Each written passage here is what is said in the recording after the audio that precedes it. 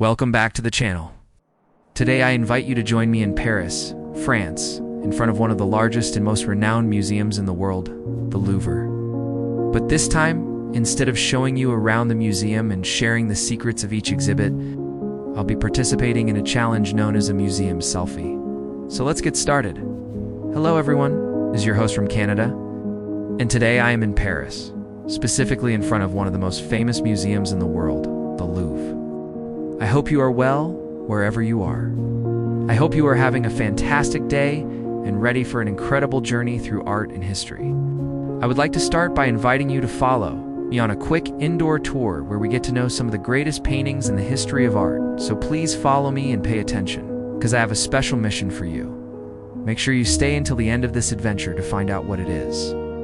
The Louvre Museum has more than 35,000 works of art, but today, I will show you 3 of the most famous paintings that you should see if you visit the place.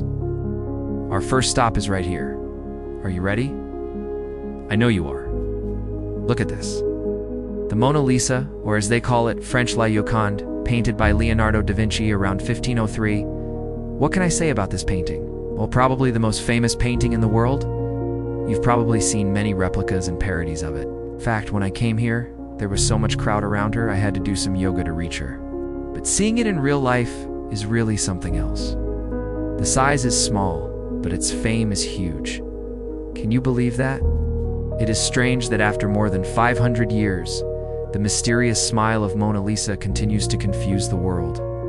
Many scientists and art historians try to unravel the secret of the painting, but no one knows exactly what Mona Lisa is thinking. Some say she's happy, others say she's sad. There are those who believe she's smiling, and there are those who think she's bored. You see, everyone sees different things and feels different emotions when they look at this picture, and that's part of what makes it so special. When you finish contemplating the Mona Lisa, I want you to do something very important. You must write down in the comment below what you feel when you look at the painting and what you think Mona Lisa is thinking. I'm curious to read your version. Now I want to tell you a little more about the author of this masterpiece, Leonardo da Vinci. He was an Italian painter, scientist, sculptor, architect, musician, mathematician, engineer, inventor, anatomist, geologist, cartographer, botanist, and writer. That's a lot of things to know, but the craziest thing is that all of this is true. Da Vinci was a polymath, one of the most diversely talented people in history. And now I invite you to continue walking through the Louvre. We still have 2 other paintings to see. But before we go, I ask you to give this video a thumbs up for more content like this. Also take out your mobile phone and take a selfie in front of the Mona Lisa. Share it on social networks, and don't forget to include the hashtag provided below. And now, let's move on to our next destination. The second work of art is Freedom Leading the People, a masterpiece created by Eugene Delacroix in 1830. It is considered one of the most powerful symbols of the French Revolution and of France itself. In the painting, a bare-chested woman symbolizing freedom leads 3 men and a young boy to victory after the storming of the Bastille. On July 14, 1789, the first man holds a tricolor flag, representing the French flag. Another carries a pike topped with a red cap, a symbol of the revolution. The third man carries a gun, and the boy holds a tricolor cockade. The artist did a great job. The characters are dynamic, full of energy and strength. They seem to be moving. The drama and symbolism of the painting make it a compelling work of art. And now, I invite you to learn a little more about the author, Eugene Delacroix. He was a French romantic painter. His paintings were primarily of historical events or scenes from mythology or literature. His color palette was bold and vibrant, which was a departure from the more muted colors used by his predecessors. Delacroix was also a great draftsman and printmaker. His prints were highly influential in the development of graphic art. Some of his other famous paintings include Liberty Leading the People, The Death of Sardanapalus, and The Women of Algiers in Their Turkish Baths. It is important to mention that the Louvre is not only home to famous paintings, but also a vast collection of sculptures, drawings, and other works of art. One of my favorite sculptures is Venus de Milo. Unfortunately, it was under restoration, and I couldn't show it to you. But trust me, it's worth seeing. Okay, we're moving on to our last stop on this tour. Remember I asked you to pay attention because because I had a mission for you? Well, it's time to reveal it. The third work of art is Finally Marriage in Cana, painted by Paolo Veronese in 1563. It depicts the miracle of turning water into wine during the wedding at Cana in Galilee, an event described in the Bible. The painting is remarkable for its scale, composition, and detail.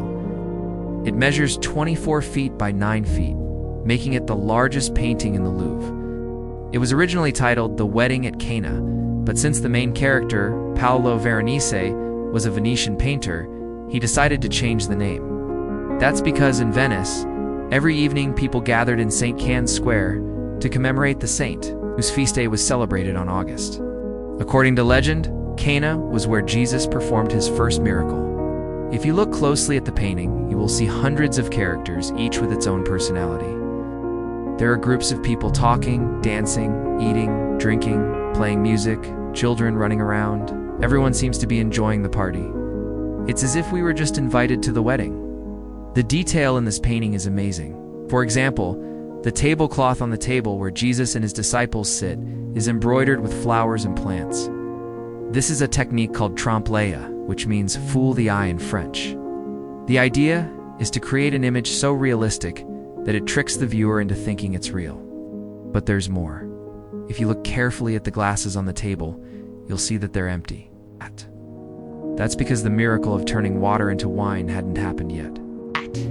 But if you look at the glass in the hand of the woman to the right of Jesus, it's full. That's the moment when Jesus had just performed the miracle and everyone was celebrating. I could talk about this painting for hours, but I don't want to make this video too long, so I'll leave it here. But before I do, I want to tell you a little more about the author, Paolo Veronese. He was an Italian painter of the Renaissance. He was born in Venice and spent most of his career there. Most of his paintings were done for churches and monasteries.